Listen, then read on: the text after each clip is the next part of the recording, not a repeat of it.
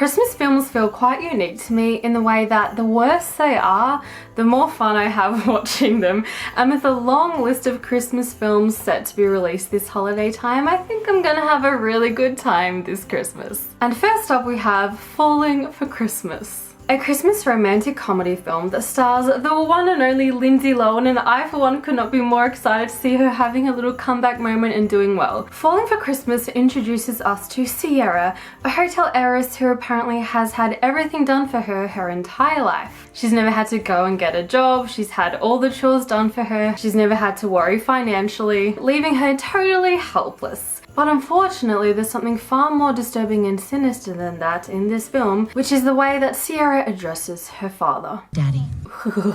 I hate it. Stop making grown women call their fathers daddies. Daddy. Damn it! So Sierra is dating a literal walking ick. Why don't we hit the slopes and snap a few ussies, huh? He's a social media influencer or marketer or something to represent being shallow. And the two tell Sierra's father that they are in a relationship because Tad has been keeping it a secret for over a year, so you know, just a bit of a red flag there. All you really need to know is that their relationship is the cliche relationship at the beginning of any romantic comedy where you know the woman's gonna break up with a guy because he treats her in such a way where you can't even believe that he ever liked her at all and you can't even imagine how they got together in the first place. Anyways, the two get away for a few days for some alone time and they decide to wander into the wilderness for a photo shoot for Instagram to help launch Sierra as an influencer. I want to look sporty, but not like I'm sweating. And unfortunately, I feel like the film does do a wonderful job of kind of capturing the stupid things some influencers do for social media,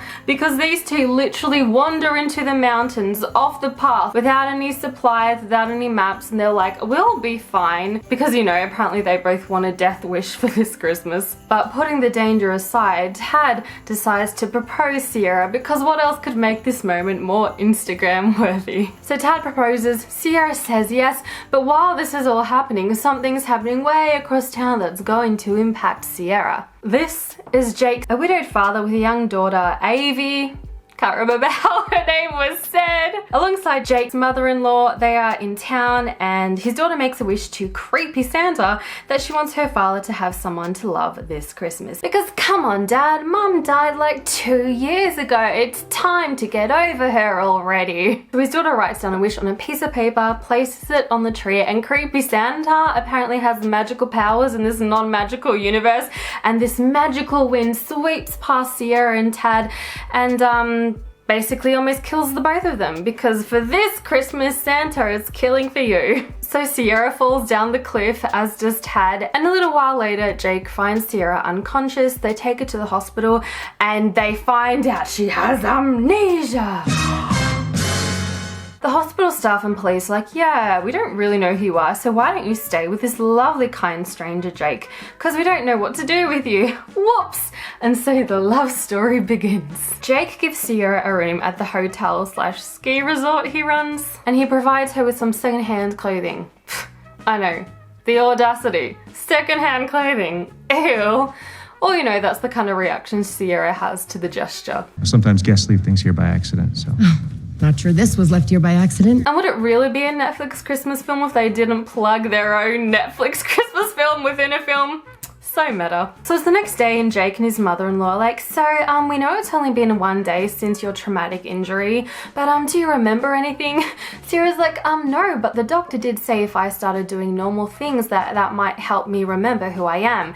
And that is the indicator for Jake and the mother-in-law to be like, well, there's nothing more normal than doing chores. So they give Sierra, the woman who literally fell off a cliff, suffered a traumatic brain injury, she doesn't know who she is, chores the day after that event because, you know, it's Christmas time. Time for giving? I don't know. Oh, look how much fun she is making the bed. I wish I could be like that when I'm older. Of course, as Sierra has never done anything like this before, she muddles up and the washing machine overflows with all these bubble. Jake sees this and he's like, this is the last thing I need, because his hotel is struggling financially, everything's breaking down, and he gets a bit agitated, which of course upsets Sierra. And what does Sierra do? She does the thing that any normal person would do when you're upset. She goes and talks to a horse. I can tell you I'm pretty much a useless human.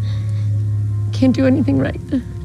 This was actually quite a nice little acting moment by Lindsay Lohan. I did feel a little bit emotional because I was like, I sometimes feel like a helpless human. But then it gets really funny because the minute the camera pans as she walks away, you see Jake just hiding in the stable and could hear what she was saying. And it's like, really, Sierra? You didn't sense someone was there? So Jake apologizes to Sierra and all is good in the world. But hold on, remember this gem of a guy called Tad? Phil makes the decision to follow his survival journey after he tumbles down the cliff, which is a very weird choice because I don't care about Tad. Nothing is going to make me care about Tad. Please stop showing me about Tad. Anyway, in his survival efforts, Tad walks past a little cabin. There's a guy called Ralph there who decides to like help him, and they kind of develop this buddy-buddy relationship, but it's not like a buddy-buddy relationship that I really care about seeing. So again, it's like, okay, I don't know, this was just to kill some screen time. Tad also doesn't seem concerned about Sierra at all. Like, his fiance literally tumbled down a cliff and not once does he mention her at all. So, you know, again, what a gem of a guy. But someone who does care about Sierra is her father, who is also a widower. Seriously, what is it about these Christmas films that have them keep killing off the mums? You have Jake in this film, who's a widower. You have Sierra's father. You have Liam Neeson's character in Love Actually. You have that guy in the Vanessa Hudgens Princess Christmas film. I feel like it's this odd trope that writers have started doing as a way to show the audience this man has committed in the past and he now has a child, which means he's responsible. So therefore, we as an audience know that this man is trustworthy and responsible because no unreasonable, unresponsible man has ever gotten married and had children before, right? I digress. It's just a weird trope I've noticed. Anyway, Sierra's father has been away for a few days and returns to the hotel to be informed by the hotel staff that his daughter has been like not seen for a few days and we don't know where she is. Sorry.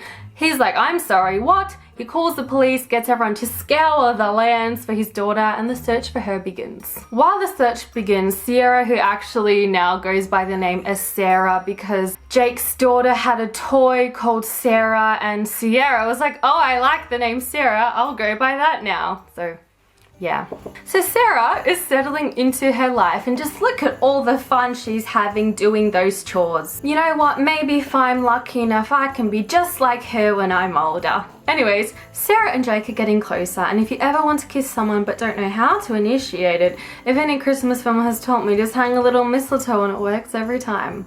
We are standing under the mistletoe. Yes, we are. You know, maybe we shouldn't do this. Or, I mean, almost every time. Just before the two kiss, Jake is like, hold on. We don't actually know if you're in a relationship or not. You could be, and perhaps this is not the most responsible thing to be doing right now, which is probably the most reasonable thing that happens in this film. But even though Jake and Sarah/Sierra are getting closer, he hasn't quite told her about the financial struggles the hotel is in, which, you know, makes sense. But one day Sarah sees the mother-in-law having an emotional moment looking through a photo album, and she's like, oh, I'm just so sad because look at all the wonderful memories we've had at the hotel and we're gonna have to close it because we're struggling. Anyways, it's time for me to go now. Here you go, Sarah. Please put this photo album in Jake's drawer, just over there. Make sure you put this album in the drawer over there. Okay, thanks, bye. I don't know about you, but my spidey senses are telling me that the writers really want Sierra to go look what is in that drawer. So about 5 seconds later, Sarah/Sierra is holding this album and was like, well, I'll just go put it back then. And she just so happens to find something that's in that drawer. I mean, what's the coincidence of that happening? In the drawer, she finds an angel doll. And guess what happens just as she's having the drawer open? Jake just walks in and sees her looking in the drawer. Oh no! Jake tells Sarah that the angel is for the tree he bought with his wife and he never had the chance to put it up because she passed away. Which means when later in the film Jake asks Sarah to put up the angel with him, we as the audience can go, hey, that's the angel from before. This is an important emotional moment. Aha! Jake seems to really like Sarah, doesn't he? But someone who doesn't seem to like Sarah is Tad. Tad has been rescued with Ralph, and when Sierra's dad asks Tad, hey, where's my daughter? He's like, I don't know. Where's my daughter? I don't know. I mean, the last time I saw her, she like stumbled down a cliff, but it's not my problem. Again, what a gem of a guy. In the meantime, Sarah has convinced Jake to throw a fundraiser party on Christmas Eve at the hotel to help with their financial struggles. And of course, would it be a Christmas film without a dress reveal before the big event? I don't think so. She looks so pretty! Jake has prepared the hotel for the party, and he has even made a little area for people to dance. So Jake and Sarah have a little moment on the dance floor, and just as they are about to kiss, the whole town arrives at the party at the exact same time.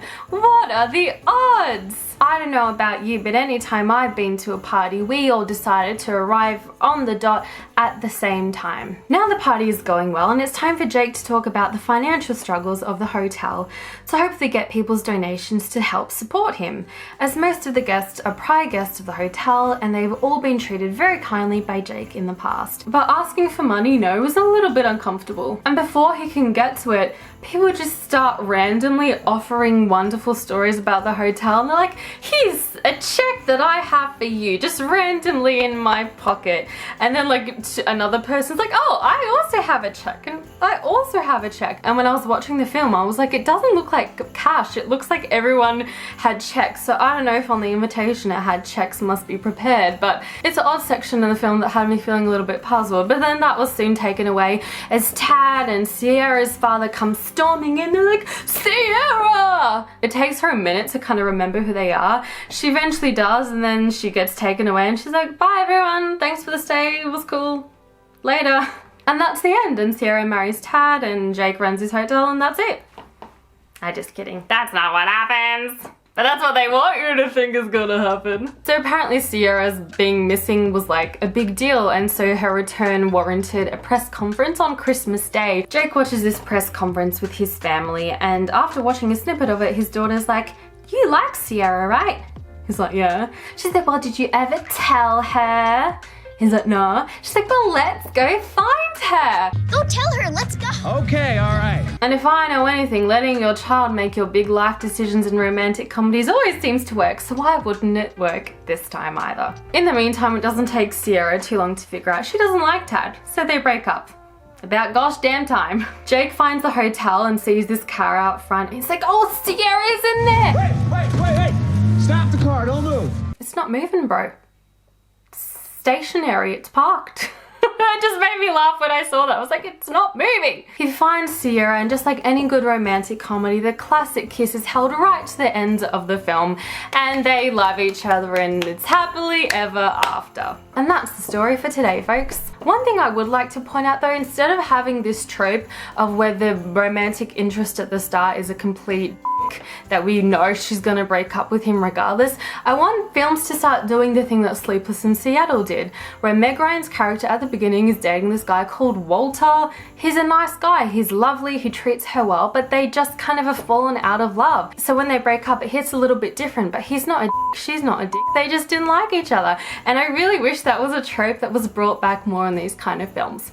That's just my little note. Also, we do get to hear Lindsay Lohan sing Jingle Bell Rock, which is just a nice little throwback to Mean Girls, and I'm just so happy to have her back in films. She was such a moment in my childhood. So many films I loved growing up, she was in them. So to see her doing well is seriously such a joy to see. The next Christmas releases I have my eye on is especially the Santa Claus TV series. The Santa Claus is a top tier Christmas film. It's hilarious and heartbreaking, so I'm really interested to see what they do with the TV show. So subscribe if you want to see me talk about these other Christmas films coming out. I'm a bit of a Christmas fan myself, so this is just a Christmas channel, so I hope you like it. Thanks for subscribing. Oh wow, that was really sumptuous of me. Thank you for watching. Please subscribe. I'm Caroline, and until next time, bye.